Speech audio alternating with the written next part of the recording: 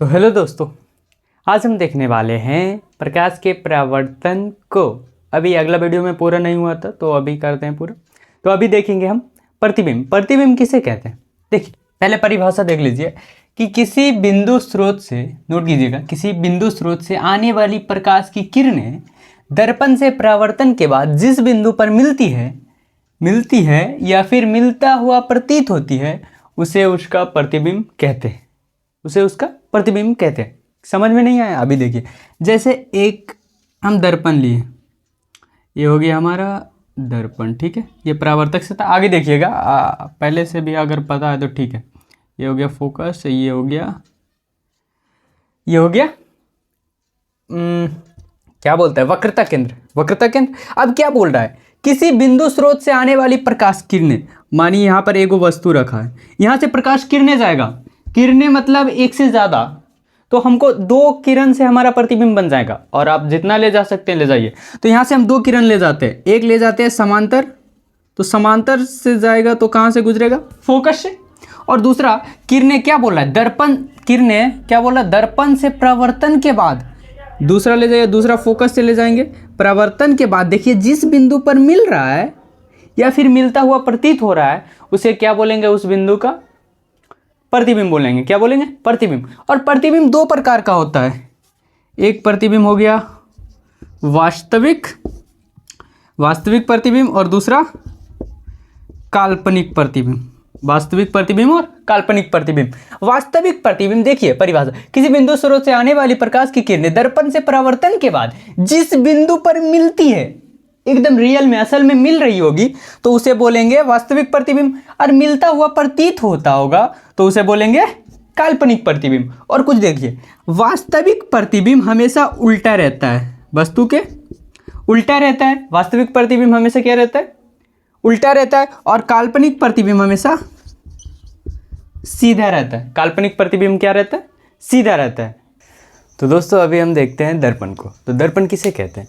जिस पदार्थ या जिस वस्तु से प्रकाश पूरा लौट जाता है, प्रकाश का परावर्तन होता है पूरा, मतलब जितना प्रकाश जा रहा है उतना लौट रहा है, तो उसे दर्पण बोला जाता है। इसीलिए ना हमारा छवि बनता है। तो देखिए, वही लिखा है कि जिससे प्रकाश का पूर्ण परावर्तन होता है उसे दर्पण कहते हैं। क्लियर है? और दर्पण दो प्रकार का होता है। देखिए, दर्पण कितने प्रकार का होता है? दो प्रकार का। एक होता है समतल दर्पण और दूसरा होता है गोलीय दर्पन। घर का दर्पण देखोगे जिसका परावर्तक सतह समतल होता है। घर का दर्पण होता है ना, अभी इधर दर्पण नहीं, एकदम सीधा, जैसे मोबाइल का देखिए स्क्रीन, तो वो क्या हो जाएगा? समतल दर्पण। और गोलीय दर्पण जिसका मतलब परावर्तक सतह गोलीय हो, ऐसे वक्र, तो उसे बोलेंगे गोलीय दर्पण। अब देखिए, एक तो हो गया समतल दर्पण, दूसरा गोलीय दर्पण। गोलीय दर्पण दो प्रकार का होता है। एक होता है उत्तल दर्पण और दूसरा अवतल दर्पण। क्लियर है? गोलीय दर्पण कितने प्रकार का? दो प्रकार का। समतल दर्पण, गोलीय दर्पण कितने प्रकार का? दो प्रकार का, उत्तल दर्पण और अवतल दर्पण। तो दोस्तों, अब देखते हैं समतल दर्पण के बारे में। समतल दर्पण किसे कहते हैं? अभी बताया ना मैंने, जिस दर्पण का परावर्तक सतह समतल हो उसे समतल दर्पण कहते हैं। दर्पण ऐसे बनाया, पीछे रंग दिया, अब ये हो गया जहां पे प्रकाश टकराता है उसी को नहीं बोलते परावर्तक सतह। तो ये हो गया इसका परावर्तक सतह। ये देखिए समतल है ना, परावर्तक सतह क्या है? समतल। तो इसे बोलते हैं क्या? समतल दर्पण। घर में जो आईना होता है वो समतल दर्पण ही होता है। और इसकी कुछ विशेषता है जिसको आपको याद रखना है। ये VVI बोल सकते हैं इसको, VVI, ठीक, इसको याद करना ही करना है। तो पहला इसका विशेषता है कि इसमें प्रतिबिंब जो है वो काल्पनिक प्रतिबिंब बनता है। कैसा? काल्पनिक प्रतिबिंब। अब काल्पनिक प्रतिबिंब बनेगा तो कहाँ बनेगा? दर्पण के पीछे। कहाँ बनेगा? दर्पण के पीछे। और काल्पनिक प्रतिबिंब सीधा होता है या फिर उल्टा? तो काल्पनिक प्रतिबिंब होता है क्या? सीधा। सब लिखा है, देखिए, पहला है इसमें प्रतिबिंब कैसे बनेगा? काल्पनिक। दूसरा, ये सीधा रहेगा, काल्पनिक रहेगा तो हमेशा क्या रहेगा? सीधा। और दर्पण के पीछे बनेगा। तीन को तो ऐसे ही याद हो गया।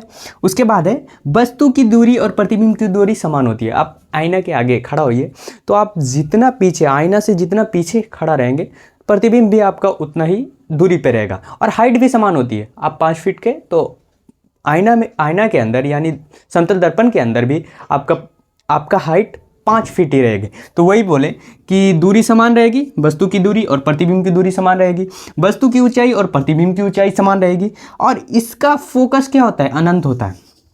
ये ध्यान में रखिएगा कि समतल दर्पण का फोकस दूरी कितना होता है, अनंत होता है, कोई लिमिट नहीं है, उतना दूर रहेंगे तब भी उसमें दिखाई देगा, बट छोटा दिखाई देगा, दूरी का है कि समान रहेगा ना।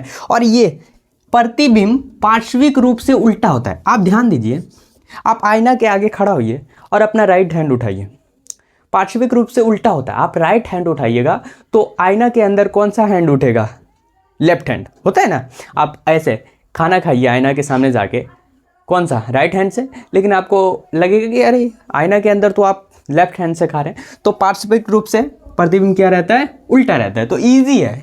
काल्पनिक रहेगा, काल्पनिक रहेगा तो दर्पण के पीछे बनेगा, और पीछे बनेगा और काल्पनिक है तो प्रतिबिंब क्या रहेगा, सीधा रहेगा, लेकिन पार्श्विक रूप से उल्टा रहेगा। वस्तु दूरी और प्रतिबिंब दूरी समान रहेगी, वस्तु की ऊंचाई और प्रतिबिंब की ऊंचाई समान रहेगी। क्लियर है। तो दोस्तों अभी देखते हैं हम गोलीय दर्पण को। गोलीय दर्पण किसे कहते हैं, जैसे समतल दर्पण का था ना, जिसका परावर्तक सतह समतल हो उसे समतल दर्पण कहते हैं, वैसे इसमें भी बोल सकते हैं जिस दर्पण का परावर्तक सतह गोलीय हो उसे बोलेंगे क्या, गोलीय दर्पण। तो यही लिखा है, जिस दर्पण का परावर्तक सतह गोलीय हो उसे गोलीय दर्पण कहते हैं। देखिए इसका परावर्तक सतह ये हुआ ना, इधर रंग दिया मैंने, इधर कलर कर दिया पीछे साइड, तो इसका परावर्तक सतह इधर हो गया, हुआ ना। तो ये देखिए गोलीय है, गोलीय स्फेरिकल, इंग्लिश नहीं आता मेरे को, ये गोलीय है ना। इधर देखिए, अगर इधर रंग दिया तब भी तो ये गोलीय हो गया, ये हो गया परावर्तक सतह, गोलीय हो गया, तो इसे बोलेंगे गोलीय दर्पण। वो गोलीय दर्पण कितना प्रकार का था, 2 प्रकार का, उत्तल दर्पण और अवतल दर्पण। अब देखते हैं उत्तल दर्पण और अवतल दर्पण किसे कहते हैं। देखिए उत्तल दर्पण, जिस गोलीय दर्पण का परावर्तक सतह उठा हुआ हो उसे उत्तल दर्पण कहते हैं। इसमें देखिए एक का परावर्तक सतह उठा हुआ है, एक का धंसा हुआ। तो जिसका उठा हुआ है, इधर रंग दिया तो परावर्तक सतह इधर हुआ ना, ये क्लियर है ना आपको। देखिए अगर कलर मैं इधर कर रहा हूं, पीछे साइड कलर कर रहा हूं, तो इसके सामने वाला परावर्तक सतह होगा, समझे, इसके सामने वाला परावर्तक सतह होगा। तो मैंने कलर कर दिया इधर, तो ये हो गया परावर्तक सतह। अब ये देखिए परावर्तक सतह उठा हुआ है या फिर धंसा हुआ, उठा हुआ, तो उठा हुआ है इसीलिए होगा ये कौन सी, उत्तल दर्पण। इसको ऐसे भी याद रख सकते हैं, उत्तल और उठा, उठा हुआ उत्तल, उठा हुआ उत्तल, मतलब जिसका परावर्तक सतह उठा हुआ होगा उसे बोलेंगे कौन सी, उत्तल दर्पण, और जिसका परावर्तक सतह धंसा हुआ होगा उसे कौन सी बोलेंगे, अवतल दर्पण। तो वही मैंने लिखा अवतल दर्पण में कि जिस गोलीय दर्पण का परावर्तक सतह धंसा हुआ हो उसे अवतल दर्पण कहते हैं। क्लियर, इसको याद करिएगा, कंफ्यूजन होता है। उठा हुआ रहेगा जिसका परावर्तक सतह उत्तल, उठा से उत्तल, उठा उत्तल एक जैसा लग रहा है ना, तो उठा हुआ रहेगा तो उत्तल दर्पण, और धंसा हुआ रहेगा तो अवतल दर्पण। क्लियर, और इसका फिगर भी देख लीजिए, ये उठा हुआ है और इधर रंग दिया तो ये इसका परावर्तक सतह हो गया धंसा हुआ। क्लियर दोस्तों, अभी गोलीय दर्पण को डिटेल में देखेंगे। देखिए ये कौन सा दर्पण है, इधर पीछे साइड रंग दिया तो इसका परावर्तक सतह ये हो गया क्या, परावर्तक सतह, परावर्तक सतह। आप लोग बताइए इसका परावर्तक सतह धंसा हुआ है या फिर उभरा हुआ। देखिए तो इधर वाला धंसा हुआ है, तो धंसा हुआ है तो ये कौन सा दर्पण हुआ, अवतल दर्पण। कौन सा दर्पण हुआ, अवतल दर्पण। अब देखिए ये दर्पण है अवतल दर्पण, ये अवतल दर्पण यानी गोलीय दर्पण है ना, हाँ गोलीय दर्पण है, ठीक। तो इस दर्पण के मध्य बिंदु को बोलते हैं ध्रुव। क्या बोला जाता है इसे, ध्रुव। ध्रुव कैसे लिखाता है, ठीक, ध्रुव गलत लिखा है, हिंदी मेरा गलत हो जाता है कभी कभी। तो इसके मध्य बिंदु को क्या बोला, ध्रुव। इसे पी से सूचित किया जाता है, इसे किससे सूचित किया जाता है, पी से। और देखिए ये दर्पण एक गोले का टुकड़ा है ना, मानिए ऐसे गोला था, मैंने इसको तोड़ लिया, और इस गोले के टुकड़े के, जैसे ये गोले का टुकड़ा है, एक टुकड़ा है ना, और इस गोला का एक केंद्र होगा ना, अरे वृत्त का केंद्र होता है ना, गोला का भी केंद्र होता है, मध्य बिंदु मतलब बीच का बिंदु को केंद्र बोलते हैं ना। तो इस गोले के केंद्र को बोला जाता है वक्रता केंद्र। क्या बोला जाएगा, इसे क्या बोला जाएगा, वक्रता केंद्र। दर्पण के मध्य बिंदु को ध्रुव बोले, जिसे पी से सूचित किया जाता है, और इस गोले के केंद्र को वक्रता केंद्र की कहें, जिसे सी से सूचित किया जाता है। किससे, सी से सूचित किया जाता है। दो चीज क्लियर हुआ, ध्रुव किसे बोलेंगे, दर्पण के मध्य बिंदु को ध्रुव बोलेंगे, और दर्पण जिस गोले का भाग होता है समझिए, ये दर्पण जिस गोले का भाग होता है उसके केंद्र को वक्रता केंद्र कहते हैं और इसे C से सूचित किया जाता है। क्लियर? इसे C से सूचित किया जाता है।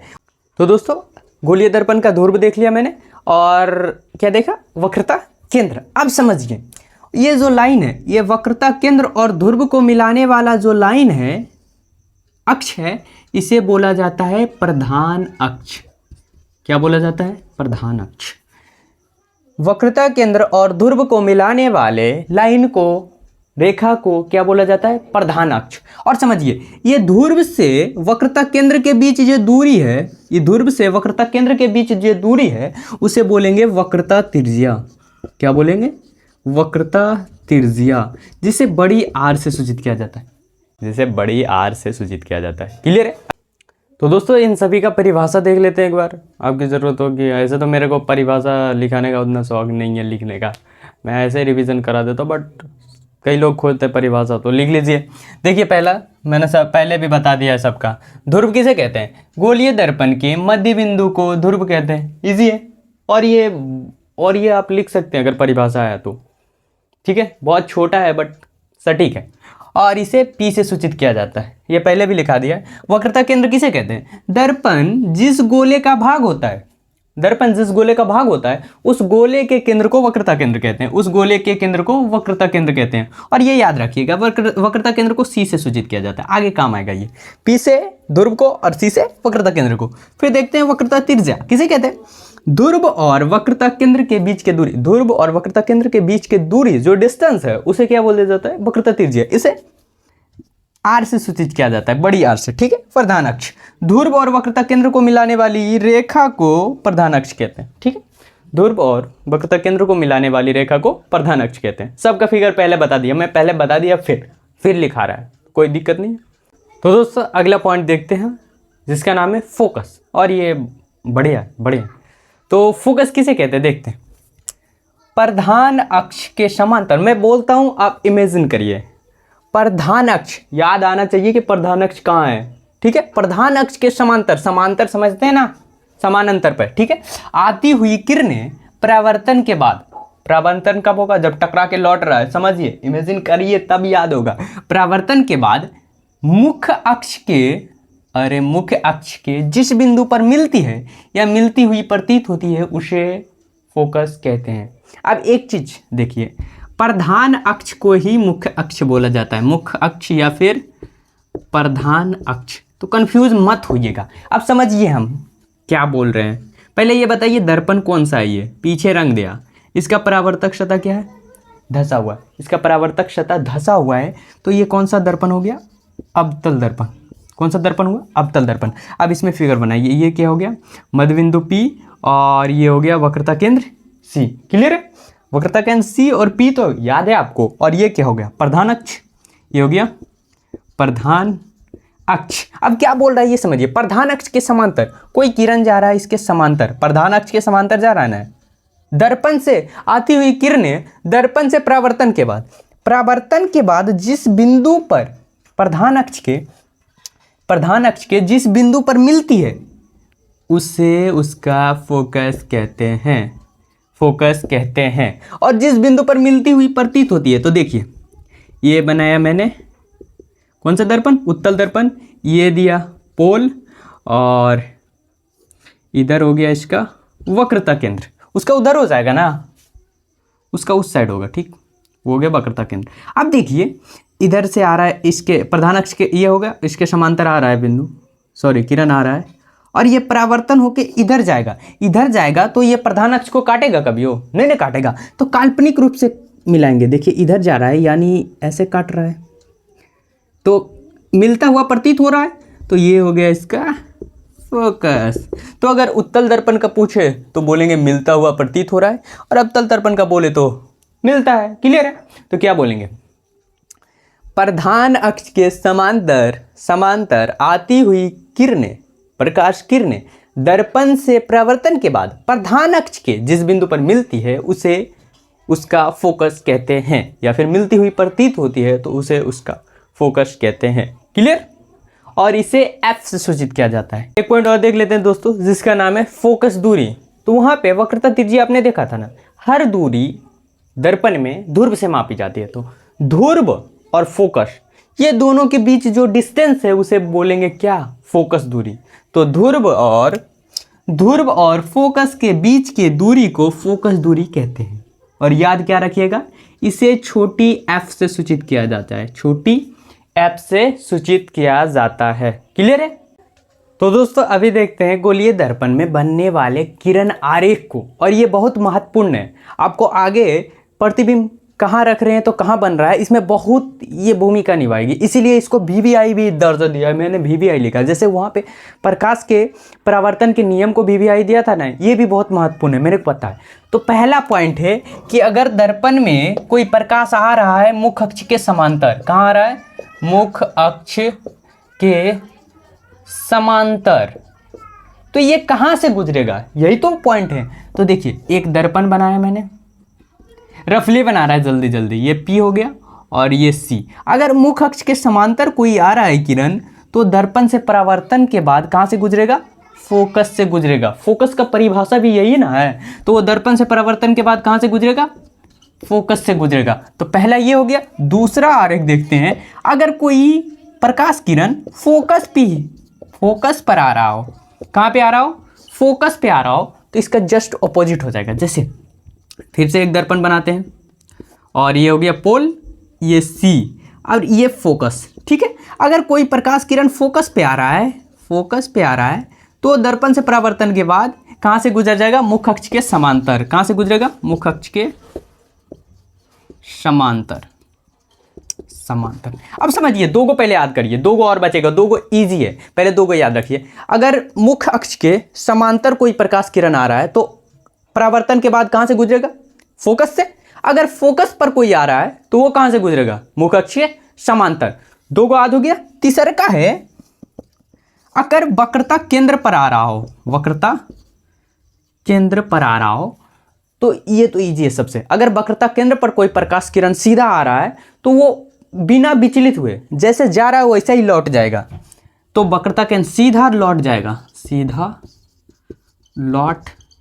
जाएगा। जैसे समझिए, ये है दर्पण, ये P और ये C। ठीक है, अगर C पे हम प्रकाश डालेंगे तो ये किधर भी नहीं जाएगा, ये ऐसे जा रहा है और इधर से ही ऐसे लौट जाएगा। तो तीन याद हो गया।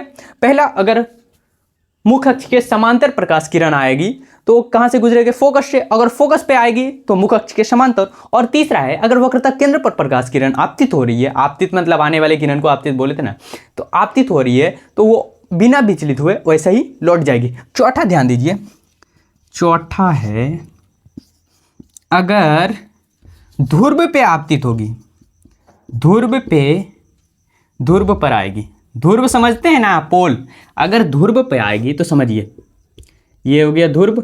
अगर ध्रुव पे आपतित हो रही है तो ये परावर्तन के बाद कहाँ से लौटेगी, तो ध्रुव पे जितना डिग्री कोण बनाए हुए आएगी, जैसे 45 डिग्री कोण बनाते हुए आ रही है आपतित किरण, तो ये परावर्तन के बाद भी उतना ही डिग्री कोण बनाएगी। कितना, 45 डिग्री का। अगर ये 90 डिग्री कोण बनाते हुए आएगी ध्रुव पर अगर किरण जा रहा है तो सीधा समझिए, जितना डिग्री कोण बना के वो जा रहा है वापिस भी आएगा उतना डिग्री ही कोण बना के। किससे, मुख्य अक्ष से। किससे, मुख्य अक्ष। तो 4 गो किरण आरेख देख लिए। पहला फिर से रिवाइज कर लेते, बार बार रिवाइज करने से याद होता है ज़्यादा।